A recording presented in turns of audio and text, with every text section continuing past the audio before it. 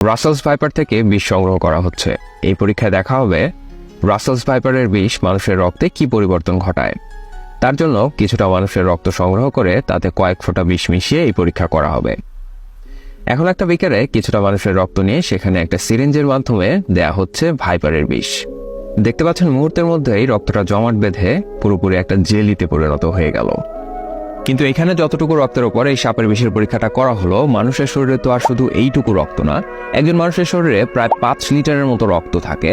তো মানুষের শরীরে এই সাপের বিষ ঢোকার পরে যেহেতু অনেক বেশি রক্তে একটুখানি বিষ ঢোকে, এই বিষটা ডাইলিউটেড হয়ে যায় বা পাতলা হয়ে যায়, যার জন্য একেবারে মানুষের শরীরের সবটুকু রক্ত জমাট বাঁধিয়ে জেলি করে ফেলতে পারে না। যদি তাই হতো তাহলে তো সাপে কাটার কয়েক মিনিটের মধ্যেই মানুষের মৃত্যু ঘটতো। বাস্তবে কিন্তু সেরকম হয় না।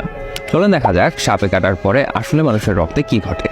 রাসেলস ভাইপার মানুষকে দংশনের 5 সেকেন্ডের মধ্যেই এর বিষ মানুষের রক্তে পুরোপুরি মিশে যায়।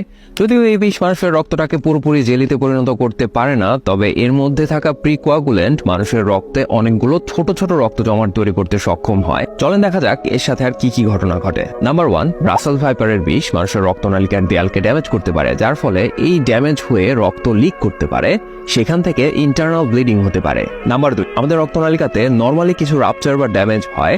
এই ড্যামেজগুলো নরমালি হয় এবং শরীর নিজে নিজে এগুলোকে ফিক্স করে ফেলে। কিভাবে করে? আমাদের রক্তের মধ্যে কিছু সাহায্যকারী প্রোটিন থাকে, ওরা গিয়ে এই ড্যামেজের জায়গাগুলোকে ভরে ফেলে বা ঠিক করে ফেলে, যার জন্য এইখান দিয়ে আর রক্ত লিকেজ হয় না, যার ফলে ইন্টারনাল ব্লিডিং হয় না। রাসেলস ভাইপারের বিষ যখন মানুষের রক্তে প্রবেশ করে তখন এরা যে অনেকগুলো ছোট ছোট রক্ত জমাট তৈরি করলো, এই কাজে ওই যে সাহায্যকারী প্রোটিন যারা আমাদের নর্মাল ড্যামেজটাকে ঠিক করতে রক্তনালিকার, ওদেরকে ব্যবহার করে ফেলে, যার ফলে কি হয়, আমাদের রক্তনালিকার নর্মাল যে রাপচার বা ড্যামেজ হয় সেইগুলো ঠিক করার মতো আর অ্যাভেলেবল লোক সেখানে থাকে না, কারণ সাহায্যকারী প্রোটিনগুলো তো রাসেলস ভাইপারের বিষ ব্যবহার করে ফেলেছে।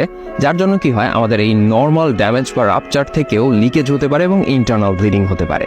নাম্বার 3, এই যে ছোট ছোট রক্ত জমাটগুলো সারা শরীরের রক্তে প্রবাহিত হচ্ছে, এই রক্ত যখন আবার বিভিন্ন অর্গান যেরকম কিডনি, লিভার, হার্ট, এই অর্গানগুলোতে যাচ্ছে, তখন যে সম্ভাবনা থাকে সেটা হচ্ছে এই রক্ত জমাটগুলো এই অর্গানের ভেতরে যে সমস্ত চিকন চিকন রক্তনালিকা থাকে সেইখান দিয়ে প্রবাহিত হওয়ার সময় সেই রক্তনালিকাগুলোকে আটকে দিতে পারে বা ব্লক করে দিতে পারে। চলেন দেখা যাক এই ঘটনা যদি কিডনিতে ঘটে তখন কি ঘটতে পারে। প্রথমত হচ্ছে কিডনির কাজ কি? কিডনির কাজ হচ্ছে মানুষের শরীরে যে সমস্ত বর্জ্য পদার্থ তৈরি হয় সেই বর্জ্য পদার্থগুলো রক্ত থেকে পরিষ্কার করে প্রস্রাবের সাথে বের করে দেয়া। এই কাজটা কিডনি কিভাবে করবে? কিডনির মধ্যে যে ফাংশনাল ইউনিট আছে যেটাকে নেফ্রন বলা হয়, এটাকে আপনারা ছাঁকনিও বলতে পারেন। তো এই ছাঁকনি পর্যন্ত রক্ত যদি পৌঁছায় তাহলে সেই রক্তটা ফিল্টার হবে বা ছেঁকে পরিষ্কার রক্ত আবার শরীরে ফেরত আসবে আর আবর্জনাটা প্রস্রাবের সাথে বের হয়ে যাবে। এখন এই ছোট ছোট রক্ত জমাটের কারণে যদি কিডনিতে রক্ত পৌঁছানোর রাস্তাটা ব্লক হয়ে যায় তাহলে রক্ত ছাঁকনি পর্যন্ত পৌঁছাতে পারবে না এবং রক্তটা পরিষ্কারও হতে পারবে না, কিন্তু মানুষের শরীরে কন্টিনিউয়াসলি বর্জ্য পদার্থ তৈরি হতে থাকবে। অপরদিকে কিডনির মধ্যে যে সমস্ত কোষ বা টিস্যু আছে এদের নিজেরও খাবার দাবার দরকার, অক্সিজেন দরকার হয়, আর এই খাবার এবং অক্সিজেন কিডনি পর্যন্ত আসে হচ্ছে রক্তের মাধ্যমে। যদি কিডনি পর্যন্ত রক্ত প্রবাহ বন্ধ থাকে বা স্বল্প হয় সেই ক্ষেত্রে এই কাজগুলো ব্যাহত হবে এবং কিডনি ড্যামেজ হওয়া শুরু হবে। তবে ভয়ের কিছু নেই, সাপে কাটা রোগীকে সঠিক সময় সঠিক চিকিৎসা দিলে রোগী ভালো হয়ে যায়। কাউকে সাপে কাটলে তাকে যত দ্রুত সম্ভব নিকটবর্তী হসপিটালে নিয়ে যেতে হবে। সেখানে কর্তব্যরত ডক্টর যিনি থাকবেন তিনি তার চিকিৎসা করবেন, অথবা তাকে কোথায় নিয়ে গেলে ভালো হবে সেই পরামর্শ তিনি দিবেন।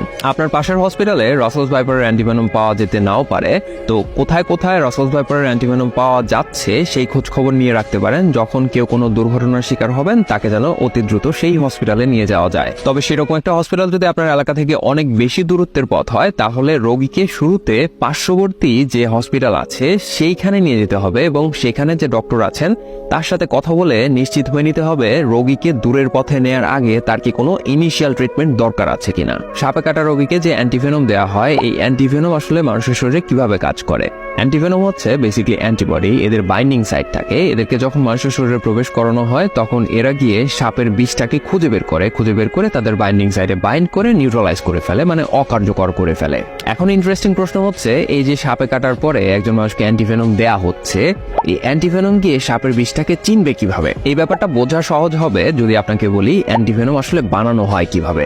যেই সাপের জন্য অ্যান্টিভেনম বানানো হবে, বিজ্ঞানীরা প্রথমে সেই সাপের বিষ সংগ্রহ করেন এবং সেখান থেকে কিছুটা বিষ নিয়ে সেটাকে অনেকটা ডাইলিউট করা হয়, মানে পাতলা করা হয়। এরপরে পাতলা করা বা দুর্বল বিষটাকে একটা ঘোড়া অথবা শিপের শরীরে প্রবেশ করানো হয়।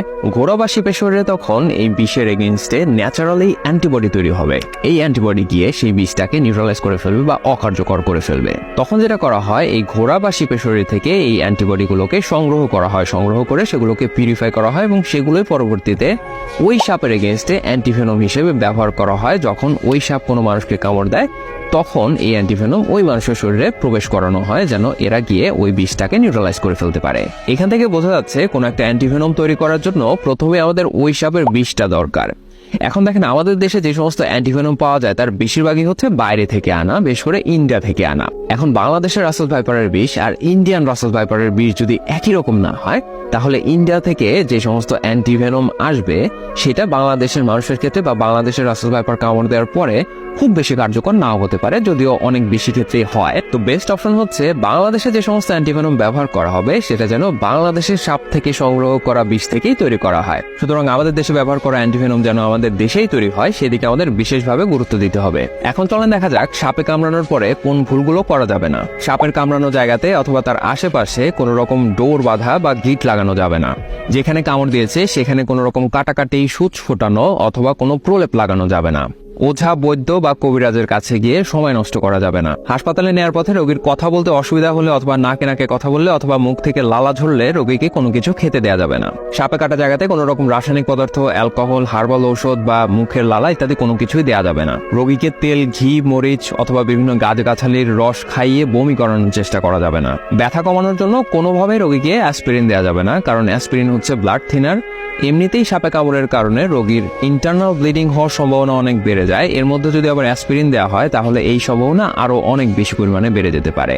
সবশেষ এবং সব থেকে গুরুত্বপূর্ণ হচ্ছে কোনোভাবেই ভয় পাওয়া যাবে না বা আতঙ্কিত হওয়া যাবে না এবং রোগীকেও প্রতিনিয়ত সাহস দিতে হবে। সাপে কাটলেই যে একজন মানুষের বড় ধরনের কোনো একটা ক্ষতি হয়ে যাবে, এই ধারণাটা আসলে ভুল। এটা আসলে নির্ভর করে আপনি সাপে কাটার পরে রোগীটাকে কিভাবে হ্যান্ডেল করছেন। আপনি যদি সাপে কাটার পরে খুব দ্রুত নিকটস্থ হসপিটালে নিয়ে যান এবং চিকিৎসার ব্যবস্থা করেন, তাহলে এই রোগীর আসলে কোনো সমস্যাই হওয়ার কথা না। ভালো থাকবেন সবাই। আসসালামু আলাইকুম।